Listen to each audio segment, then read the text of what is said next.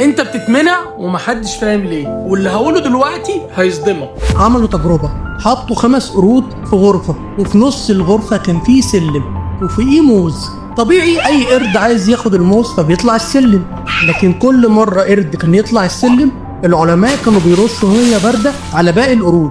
بعد شوية القرود بقت تضرب أي قرد يحاول يطلع السلم. علماء غيروا قرد من القرود، طبيعي القرد الجديد حاول يطلع السلم لكن باقي القرود ضربوه. ومع الوقت العلماء غيروا كل القرود، والمفاجأة القرود لسه بتضرب أي قرد يحاول يطلع السلم، مع إن ولا واحد فيهم اتعرض للمية الباردة. السبب هما بس اتعودوا يمنعوا أي حد يعمل حاجة مختلفة، وده اللي بيحصل مع ناس كتير حوالينا. كل ما تحاول تعمل حاجة مختلفة حد يقولك بلاش، مش هتنفع، كان غيرك اشطر، حد جرب قبلك. مش لانهم فاهمين، لكن لانهم اتعودوا يمنعوا التغيير. فخلي بالك كل ما حد يمنعك عن حاجة مختلفة بتعملها افتكر قصة القرد. ولو الفيديو عجبك ما تنساش تعمل لي فولو وتبعت الفيديو لاصحابك.